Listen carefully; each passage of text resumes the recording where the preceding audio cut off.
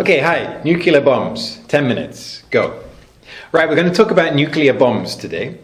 We can't talk about nuclear bombs without talking about how they work. So we have to try and understand two different processes, fission and fusion. I'm going to try and explain both these processes. However, my background is in English literature, not in physics. So I'll do my best. Here we go. Fission first. Fission means splitting up of something. In this case, splitting up of an atom. What happens in nuclear fission is you get an unstable isotope, usually something like uranium-235. And what that is an atom that has the same number of protons, but a different number of neutrons. And they fire a neutron at that atom very, very fast. And when that neutron hits the atom, it makes it unstable and the atom breaks into two halves. In the separation process, it releases a vast amount of energy. And also, it releases neutrons again. And those neutrons hit another atom, which split that up, and those neutrons hit another atom, and this keeps going. We have a cycle. It goes critical, okay?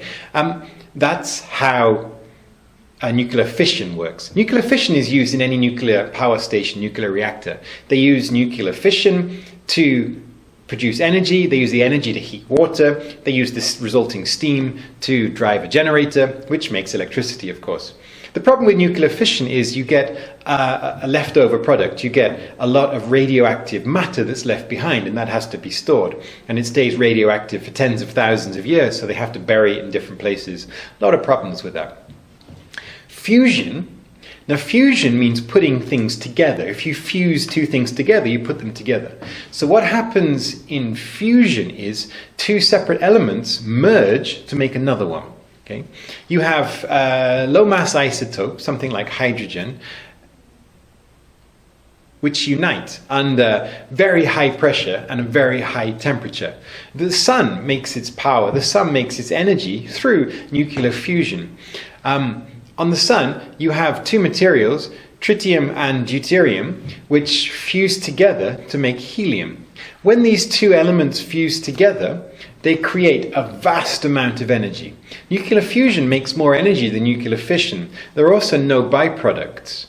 The sun has so much energy, so much material, that it's going to be doing nuclear fusion for the next 10 billion years.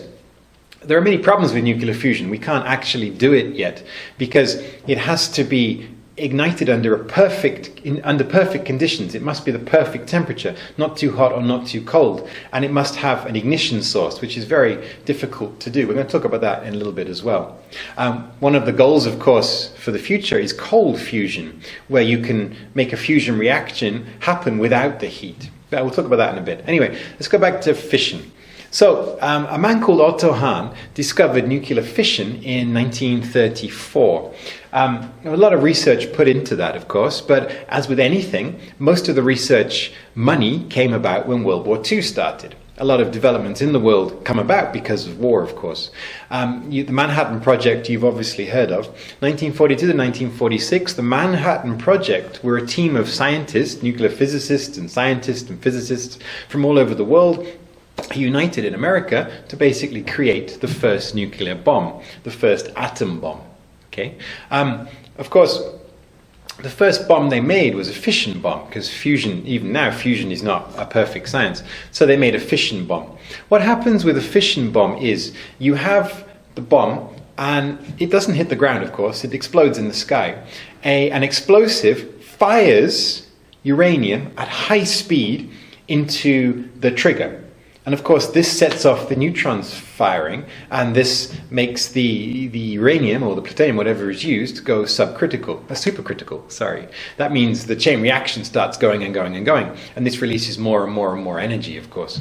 The first atomic bombs, of course, were dropped on Hiroshima and Nagasaki. I'm sure you know that. Those bombs were the equivalent of 18,000 tons of TNT. Okay. Now, when a nuclear bomb explodes, what happens? Well, of course, we have the shock wave. I mean, you're releasing all of this energy. There is a shock wave as it pushes the air through the sky. And this shock wave destroys, well, it kills within a certain region, and then it knocks down buildings, and it slowly dissipates. But the shock wave comes first. Then, of course, you have the heat. The heat from the blast in the center causes fires and, well, basically vaporizes things in that area. And then you have radiation.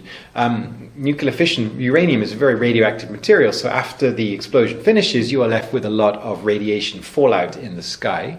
And you also have an EMP. This is where an electromagnetic pulse, this is where neutrons fire out and they destroy circuitry.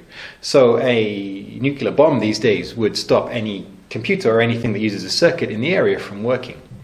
So the first bomb dropped on Hiroshima and Nagasaki, we're not going to talk about why, that's a talk for a different day. That was a fission bomb, of course.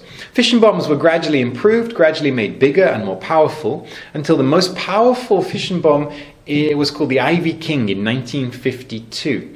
This bomb was the equivalent of 500,000 tons of TNT.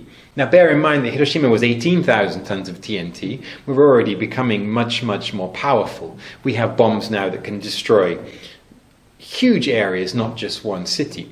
However, the problem with a fission bomb is you're limited by the amount of material you can carry. Because you can only use the material you have, the atoms split, you need atoms. The more atoms you have, the more powerful it can be, but you're limited by the amount of plutonium you can put on one of these bombs. So, of course, we need to improve.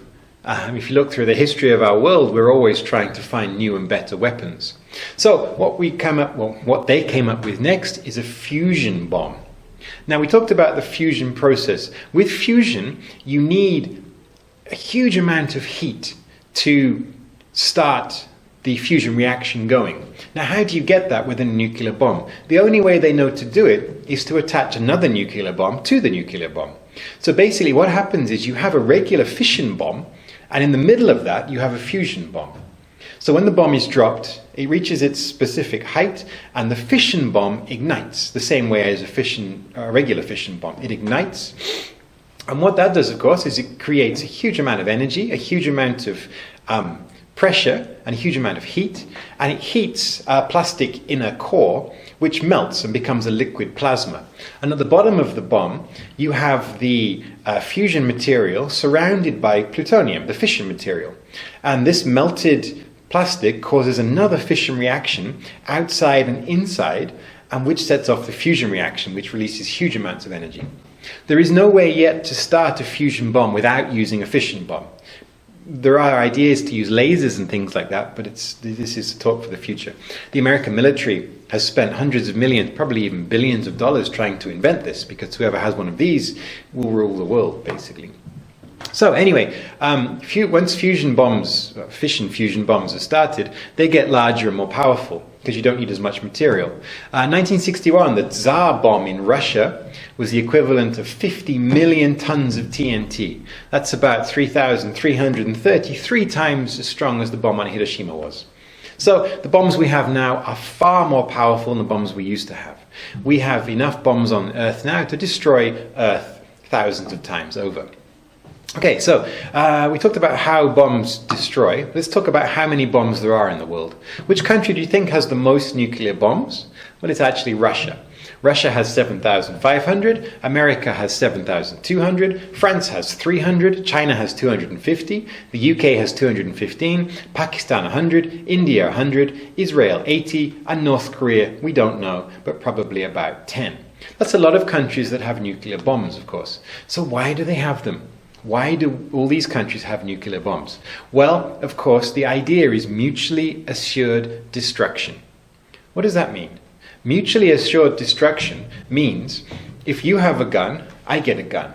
If you shoot me, I'm going to shoot you. So you won't shoot me because you know I would shoot you. If you have a nuclear bomb and I get a nuclear bomb, you won't launch your bomb because you know I will launch my bomb. And I won't launch my bomb because I know you will launch your bomb. Mutually assured destruction means we won't launch our own weapons because we don't want to be destroyed. Okay? So this is the basic idea. Now, this works as long as regular governments stay in power, as long as they can control their military. What happens, of course, though, with terrorism or civil war? What happens in the future?